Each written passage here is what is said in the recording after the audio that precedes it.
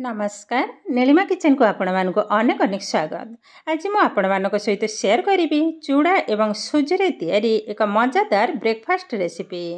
यह जेकोसी चटणी सहित खाई परिबे नले सेमिति भी खाई परिबे। तेबे भिडियोटी को स्किप न करी फुल देखंतु। आशा करूची भिडियोटी आपण मानक बहुत पसंद आसीबो।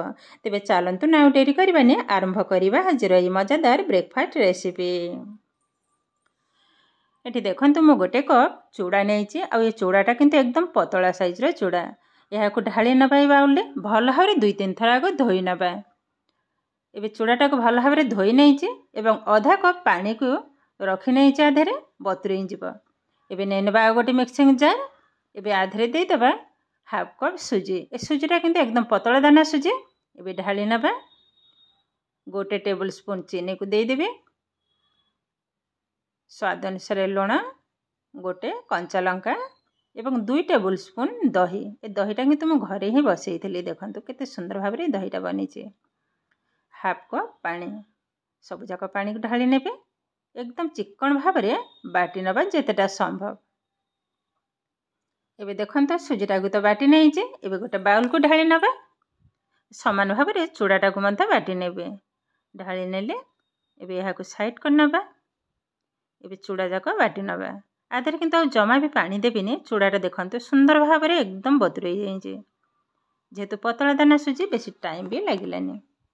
सब जाक चूड़ा एकाथरे बाटी नेबे। ढाली नेले एबे कभर कर नवा। बाटी आनिबा। एबे देखंतु चूड़ाटा को तो बाटी नहीं। एबे सुजी सहित ढाली नवा।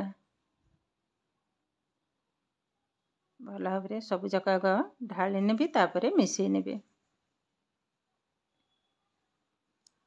एबे भल भाव में सब जाक मिसई नवा जेमती कि चूड़ा एवं सुजी भल भाव में मिसी हो जिवो। एबे देखंतु भल भाव में मिसई नेले। एबे यहाँ को कभर कर नेबे। आरी भितर कड़ाई बसई नवा गैस रे। बेसी ना 2 ରୁ 3 मिनिट पई। कड़ाई रे ऑलरेडी पानी बसई मझे गोटे स्टैंड बसई नेले। पाखापाखि 2 मिनिट पर ही कभरटा को खोली नौचे। एबे देखंतु सुजीटा आग अपेक्षा टिके फुली हल्का टिके। आधे किंतु जमा भी पानी लगे। देखंतु ठीक यही भाव में ही हम आउ टिके गोले नेले। एबे आधे देदेबा इनो। इठे मु हाफ टेबल स्पून इनो पकेबी। इनो जगार आपण मैंने चाहिए बेकिंग सोडा भी पकई पारे। हाफ टेबल स्पून पकई नेली। अल्प टिके पानी पकेबी। देखंतु एबे भल भाव में मिसई नवा जेमती कि इनोटा सबुथिरे भल भाव में मिसई हो ताहले जाकि रिजल्टटा भल आसीबो। भल भाव में देखते यही भाव में मुझे मिसई नेली। मिश्रणटा किंतु एकदम रेडी हो गलानी। ये देखते मुझे गोटे केक पैन नहीं। पैन रे ही ढाली नेबे। आगरू टिके घी को ब्रश कर नहीं थे। सांगे सांगे से मिश्रण को ढाली नवा। आ बेटरटा ठीक यही भाव में ही हम। अधिका पतला भी हेनी ना अधिका बहलिया भी हेनी। हल्का टिके टैप कर नेले। एबे बसई नवा कड़ाई रे। पानीटा भी देखते फुटवा स्टार्ट कलानी। केयरफुल टिके बसई नेले। एबे यहाँ को कभर कर नवा मीडियम फ्लेम रे पाखापाखि 7 ରୁ 8 मिनिट। तापरे आपण मान सहित पुणी शेयर करेंगे। पाखापाखि 7 मिनिट पर ही कभरटा को खोली नौचे। एबे टिके चेक कर नवा गोटे छुरी साहाय्य कितने सुंदर भाव में किंतु फुली जाइए। देखंतु ये किंतु ऑलरेडी हो गलानी। यह को ठंडा हवा पर्यंत अपेक्षा करबा। गैसटा किंतु ऑलरेडी मु बंद कर सारी। एबे देखंतु संपूर्ण ठंडा हो गलानी। आ साइड भी सुंदर भाव में छाड़ी हो गलानी। देखंतु बहुत सुंदर बनी। एबे गोटे छुरी साहाय्य हल्का टिके यही भाव में काटी नौचे। बेस ये किंतु हो गलानी।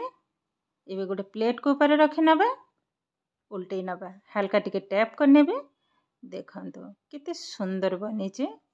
बहुत सुंदर बनी। देखंतु केतेटा जालीदार बनी।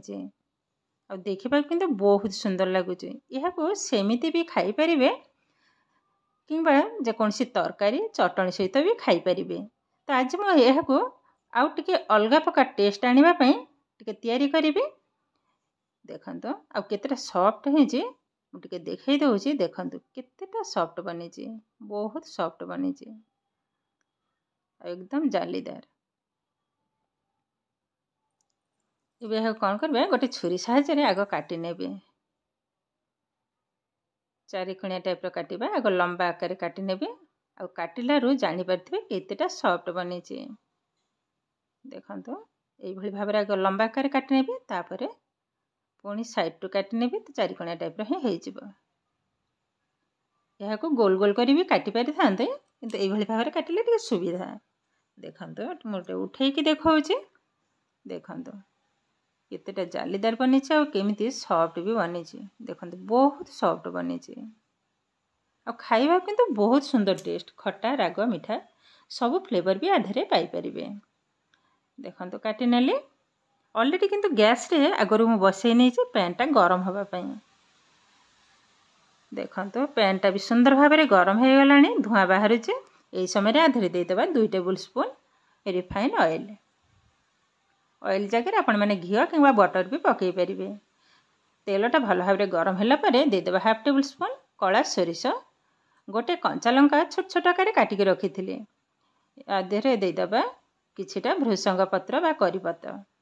ଏହାକୁ ଚୁନ ଚୁନ ଆକାରରେ କାଟି ନେଇଥିଲି। ଏବେ ଭଲ ଭାବରେ ଭାଜି ନେବା। ଏହି ସମୟରେ ଗ୍ୟାସ୍ର ଫ୍ଲେମ୍କୁ ଲୋ ଟୁ ମିଡ଼ିୟମ୍ରେ ହିଁ ରଖିଛି। ଭଲ ଭାବରେ ଭଜା ହୋଇଗଲା ପରେ ଚାରିକଡ଼ ଯାକ ଏଇଭଳି ଭାବରେ ଟିକେ ଖେଳେଇ ନେଲି।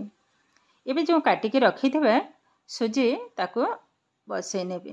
ଭଲ ଭାବରେ ଭାଜି ନେବା, 2 ସାଇଡ଼୍ର ନାଲି ହେବା ପର୍ଯ୍ୟନ୍ତ। ଦେଖନ୍ତୁ এইଭଳି ଭାବରେ ଗୋଟି ଗୋଟି କରି ଆଗ ବସେଇ ନେବି ସବୁ। ଏବେ ଓଲଟେଇ ନେବା ଗୋଟେ ସାଇଡ଼୍କୁ। ତ এইଭଳି ଭାବରେ 2-3 ଥର କିନ୍ତୁ ଓଲଟେଇ ଓଲଟେଇ ଭାଜି ନେବି। ଆଉ ଖାଇବା କିନ୍ତୁ ବହୁତ ସୁନ୍ଦର ଟେଷ୍ଟ ଲାଗିବ। 2 ସାଇଡ଼୍ରେ ନାଲି ହେଲା ପର୍ଯ୍ୟନ୍ତ ତ ଭାଜିବା, କିନ୍ତୁ ଖାଇବାକୁ ଦେଖିବେ 2 ସାଇଡ଼୍ରେ କ୍ରିସ୍ପି ବନିବ, ଭିତରେ ଏକଦମ ସଫ୍ଟ। ଏହାକୁ ଖାଇବା ପାଇଁ କିଛି ବି ଲାଗିବନି, ସେମିତି ବି ଖାଇବାକୁ ବହୁତ ସୁନ୍ଦର ଲାଗିବ। ଦେଖନ୍ତୁ ଏ ପାଖାପାଖି କିନ୍ତୁ ଆମର ଅଲରେଡ଼ି ହେଇଗଲାଣି। 2 ସାଇଡ଼୍ରେ ବି କଲର୍ଟା ବହୁତ ସୁନ୍ଦର ଆସିଲାଣି। ଏବେ ଗୋଟେ ପ୍ଲେଟ୍କୁ ଉଠେଇ ନେବା। ଦେଖନ୍ତୁ କେତେଟା ସୁନ୍ଦର ବନିଛି। ଉଠେଇ ନେଲି ପ୍ଲେଟ୍କୁ। ଏହାକୁ ଯେକୌଣସି ଚଟଣି ସହିତ ବି ଖାଇପାରିବେ, ନହେଲେ ସେମିତି ବି ଖାଇପାରିବେ, ଭଲ ଲାଗିବ। ବିଶେଷ କରି ପିଲାମାନଙ୍କ ଟିଫିନ୍ ବକ୍ସରେ ଦେବା ପାଇଁ ବି এই ରେସିପିଟି ଥରେ ହେଲେ ବି ତିଆରି କରି ପିଲାମାନଙ୍କ ଟିଫିନ୍ ବକ୍ସରେ ଦେବେ, ସେମାନେ ବି ଖାଇକି ବହୁତ ଖୁସି ହେଇଯିବେ। ଦେଖନ୍ତୁ କେତେ ସୁନ୍ଦର ଭାବରେ ଏ ସୁଜି ଏବଂ ଚୁଡ଼ାର ବ୍ରେକଫାଷ୍ଟ ଆମର ରେଡ଼ି ହେଇଗଲାଣି। ଦେଖନ୍ତୁ କେତେ ସୁନ୍ଦର ଭାବରେ ଏ ସୁଜି ଚୁଡ଼ାର ବ୍ରେକଫାଷ୍ଟ ଆମର ରେଡ଼ି ହେଇଗଲାଣି। ଉପରେ କ୍ରିସ୍ପି, ଭିତରେ ବହୁତ ସଫ୍ଟ। ଥରେ ହେଲେ ବି এইଭଳି ଭାବରେ ତିଆରି କରି ଖାଇବେ, ଦେଖିବେ ବହୁତ ସୁନ୍ଦର ଲାଗିବ। ତ ଏ କିନ୍ତୁ ଆମର ପ୍ରସ୍ତୁତ ହୋଇଗଲା ଆଜିର ସୁଜି ଚୁଡ଼ାରେ ତିଆରି ବ୍ରେକଫାଷ୍ଟ ରେସିପି। ଆଜିର ଭିଡ଼ିଓଟି ଆପଣମାନଙ୍କୁ କେମିତି ଲାଗିଲା କମେଣ୍ଟ କରିବାକୁ ଜମା ବି ଭୁଲିବେନି। ଆଉ ଯଦି ଭିଡ଼ିଓଟି ଭଲ ଲାଗେ ଲାଇକ୍ କରିବେ, ଆପଣଙ୍କର ଫ୍ରେଣ୍ଡସ୍ କିମ୍ବା ରିଲେଟିଭଙ୍କ ସହିତ ସେୟାର କରିବେ। ଆଉ ହଁ, ଏପର୍ଯ୍ୟନ୍ତ ଯଦି ମୋ ଚ୍ୟାନେଲଟିକୁ ସବସ୍କ୍ରାଇବ୍ କରିନାହାନ୍ତି ତେବେ ପ୍ଲିଜ୍ ଚ୍ୟାନେଲଟିକୁ ସବସ୍କ୍ରାଇବ୍ କରିବା ସହିତ ପାଖରେ ଥିବା ବେଲ୍ ଆଇକନ୍କୁ କ୍ଲିକ୍ କରିବେ। ଆଗକୁ ଆସୁଥିବା ନୂଆ ନୂଆ ଭିଡ଼ିଓର ନୋଟିଫିକେସନ୍ ସର୍ବପ୍ରଥମେ ଆପଣମାନଙ୍କ ପାଖରେ ପହଞ୍ଚିଯିବ।